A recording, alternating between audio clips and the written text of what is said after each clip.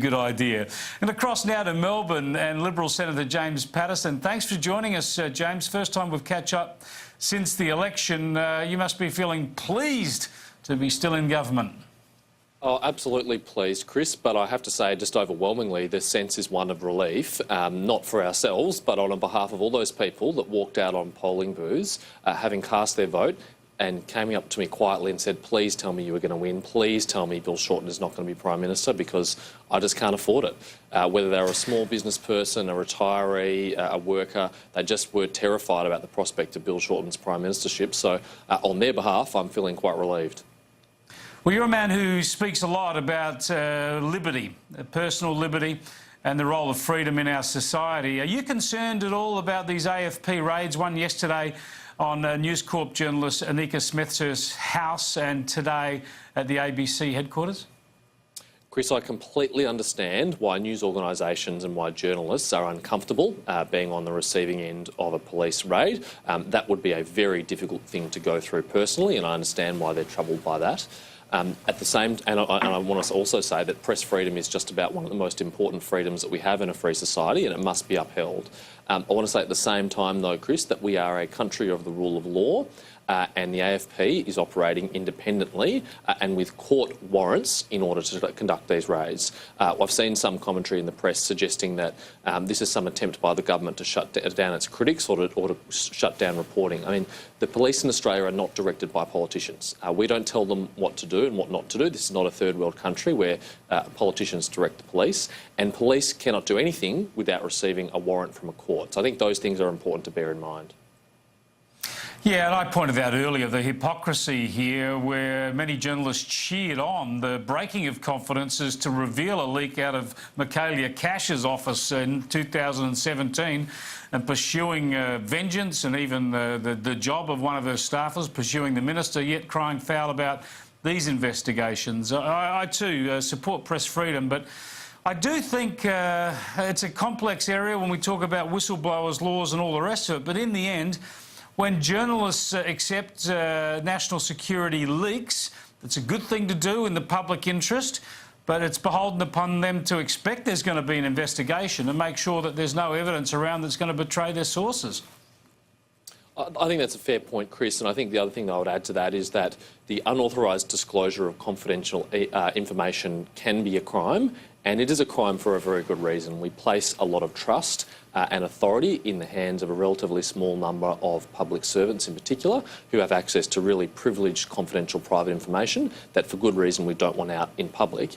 And if that does find its way into the public, and if we were not to investigate that, what kind of message would that send to the public service about the importance of the confidentiality obligations that they voluntarily and willingly entered into when they took out their positions? Now, that's not a comment specifically on these cases, but it's just a comment generally about applying the rule of law and ensuring that the confidentiality, where it's necessary, is protected.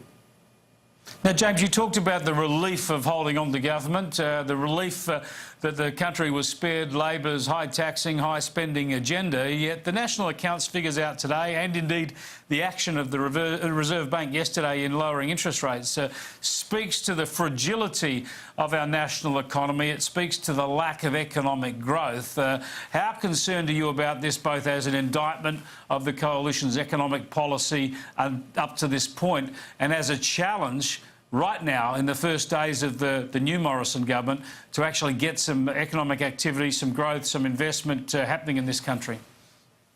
Well, the Prime Minister and the Treasurer, in particular over the last year, have been really clear about one thing, Chris, which is that we've got a great track record in recent years, particularly the over 1 million jobs that have been created, but that we also do face at the same time some serious economic headwinds. Now, some of those economic headwinds are global.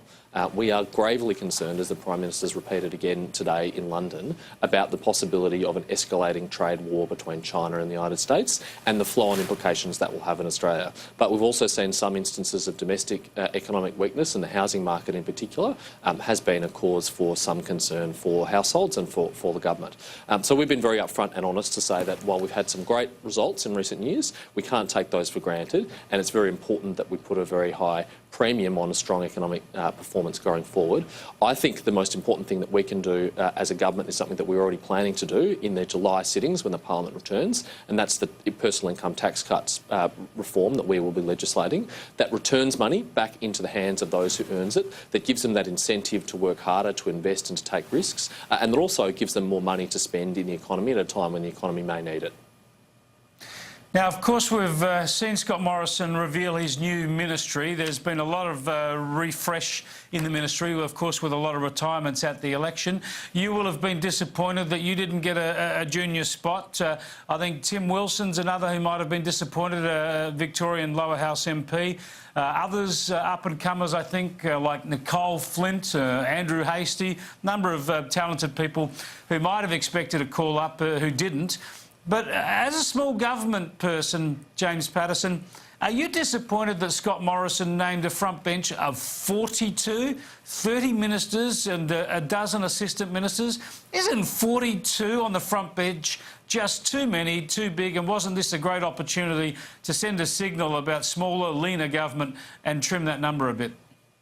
Well, Chris, in politics there is always an unlimited number of aspirants for positions and a limited number of positions available to be handed out. And as you hinted at the second half of your question there, I think it's a very good thing that there's a limited number of positions to be handed out. We don't want to see the ever-growing growth of government. We don't want to see the ministry and the rest of the government expand remorselessly. The number of 42 that you referred to in the ministry has actually been pretty stable in recent years. It's certainly a lot larger than it was 30 or 40 years ago, but the economy and the country is much more complex, and government does much more than it once did, so it probably does need... Come on, there's more MPs to keep happy, you mean? Well, no, the number of MPs has been relatively stable in recent years, but you're right, it's certainly increased back from 30 to 40 years ago. So I wouldn't want to see the ministry expand any more than it already is. I think it's certainly large enough already, and that is an important constraint on ambitious young backbenchers and others to accept that while the Prime Minister's got a really great team and a mix of talent and experience, not everyone can be on the front bench, and certainly they can't all be on the front bench at once, and that's just the reality of politics that I think we all need to accept. Besides, anyone who's read The Hitchhiker's Guide to the Galaxy knows that 42 is the answer to life, the universe and everything. Anyway, James Paterson, I want to catch up with you another time and talk about ABC bias, but we are out of time now. Thanks for joining us. Senator James Paterson there from Melbourne. I just had to cut that